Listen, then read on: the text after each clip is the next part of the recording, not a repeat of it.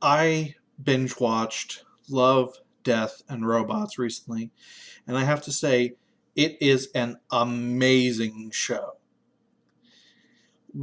The show was originally supposed to be sort of a reboot of Heavy Metal, but I believe that the directors couldn't get the rights, so they just changed it into their own anthology slash compilation series. And I think that it works so much better because of that. There's a couple of episodes that you can kind of see that were supposed to be heavy metal, but either because music license rights or they wanted to differentiate themselves more, they just stripped out music from it entirely and made it its own thing. And it is so much better because of that. I would actually call this closer to Twilight Zone than I would to heavy metal.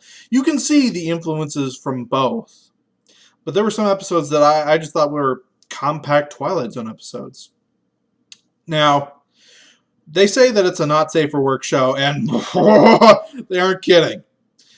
There were maybe 2 or 3 episodes where you didn't see tits, and there were 2 or 3 episodes where you just saw full frontal. Both men and women, by the way. So, yeah, viewer discretion is actually advised here. The show is just great at doing what it does in a quick manner, at showcasing all of these different art styles, these different ideas, these different creators. It is just such an amazing animated series. I love it. I hope that it does really well and gets a second season. I cannot recommend this enough. It is just so good. I'm going to talk about 3 episodes a little bit because I think that these are 3 standouts that are what convinced me to say that this was such a good show.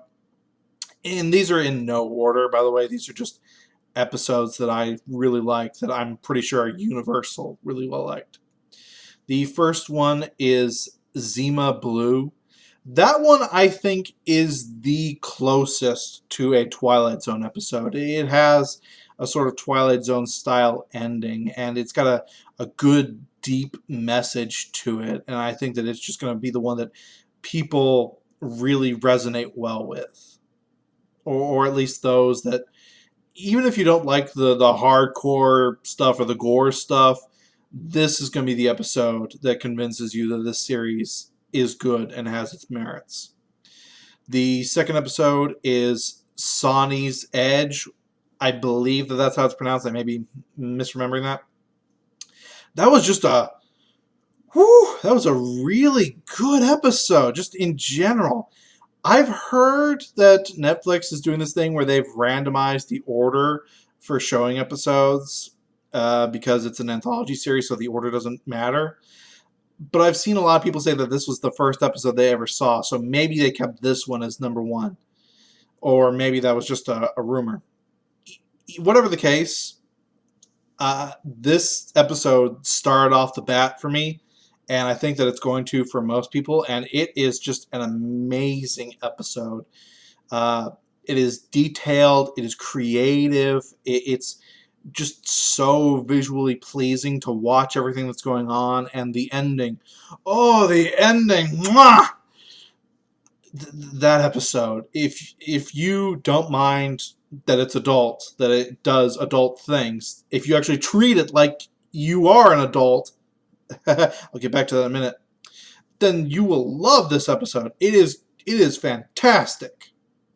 And then my own personal favorite, and this is not going to be everyone's favorite. Hell, I'm probably sure this isn't going to be even in other people's top 3. But my own personal favorite is Good Hunting. It was a combination of art style, setting, and themes, and just the overall world that they built for this episode, that it just ticked all the right boxes to me. This episode it's very deep. It's about a culture we don't see that much of in in the West in general, other than what we know of them today. We don't often see the mythology, the history, the fantasy style settings. The animation style was beautiful. It was fluid. It was just gorgeous to watch. the growth of the characters involved in it was fantastic, and I was pleased at the ending that revolved around one particular character.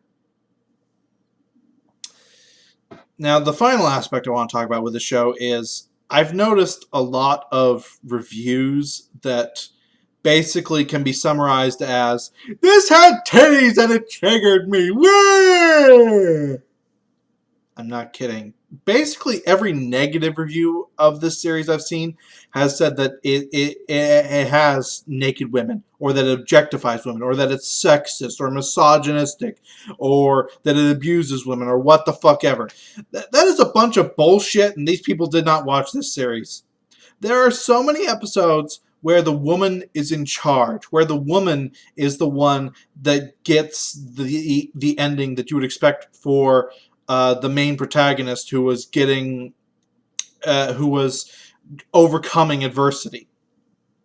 Just because something bad happens to a woman, or God forbid you see a tit, doesn't mean that it's bad or that it is doing bad things to women. The reviewers are so surface level bullshit artists. It's actually insulting. I saw a tit. I know exactly what this is. No, you don't, you jackass. Hell, Good Hunting would probably, they would talk negatively about that, of how it's just objectifying a woman, or that it's being abusive towards a woman. When I saw the exact opposite, I saw an empowerment story. Same with a few of these. I could see the exact same thing where it's saying that it's objectifying women, that it's using women, that it's abusing women. I saw empowerment. I saw them growing. I saw strength through perseverance against adversity. It's so weird, too, because these are the feminist kind of things. Like, you would think that if feminists actually gave a shit and watched this, that this would be right up their alley, because there is a lot of women empowerment in it, but no. Because tit, it's bad. Well, men might like seeing a nipple, ergo, this is evil. Unfortunately, that's what a lot of the negative reviews seem to revolve around, and it's just so insulting. Look, put your own bias aside for a minute and just watch the show for what it is, okay? Yes, I get that some people will not like the gore and the vulgarity that the show has, and that's fine. Everyone has their own limits. Hell, there were like 2 or 3 episodes that even I was like, damn, that was kind of extreme. There are a couple of shock episodes, a couple of gore episodes. There's a couple of action episodes that just exist to have action set pieces, and that's fine. Everyone will get a little bit of something from this series. There's even a couple of comedy episodes, for fuck's sake. Not everything is going to be catered to you specifically, journalists. And that's fine. There's enough diversity and enough different things that they do here that you should be able to find something that you like out of this. I can't promise that you'll like everything in it. I can't guarantee that. These episodes range from 6 minutes to 17. There's a total of 18 episodes. I think a complete total runtime of about 3 hours. You can binge this in one setting. You can watch 2 or 3 episodes and go about your business like normal, and then come back later and do the same thing all over again. It's a very watchable series. I think it's a very good series. I would at least give it a shot, if not watch the whole thing. I think that you'll enjoy it. Maybe not as much as I did, but at least more than these fucking jack-off reviewers did. Anyway, this has been Math Machine, just giving praise to a series that I think really deserves it, and I would love to see not only more stuff from Love, Death, and Robots, but more stuff like this in general. This feels like a really big step forward for animation, and it's something that we've needed for a long time, and we absolutely need more of, and I welcome it. Peace out.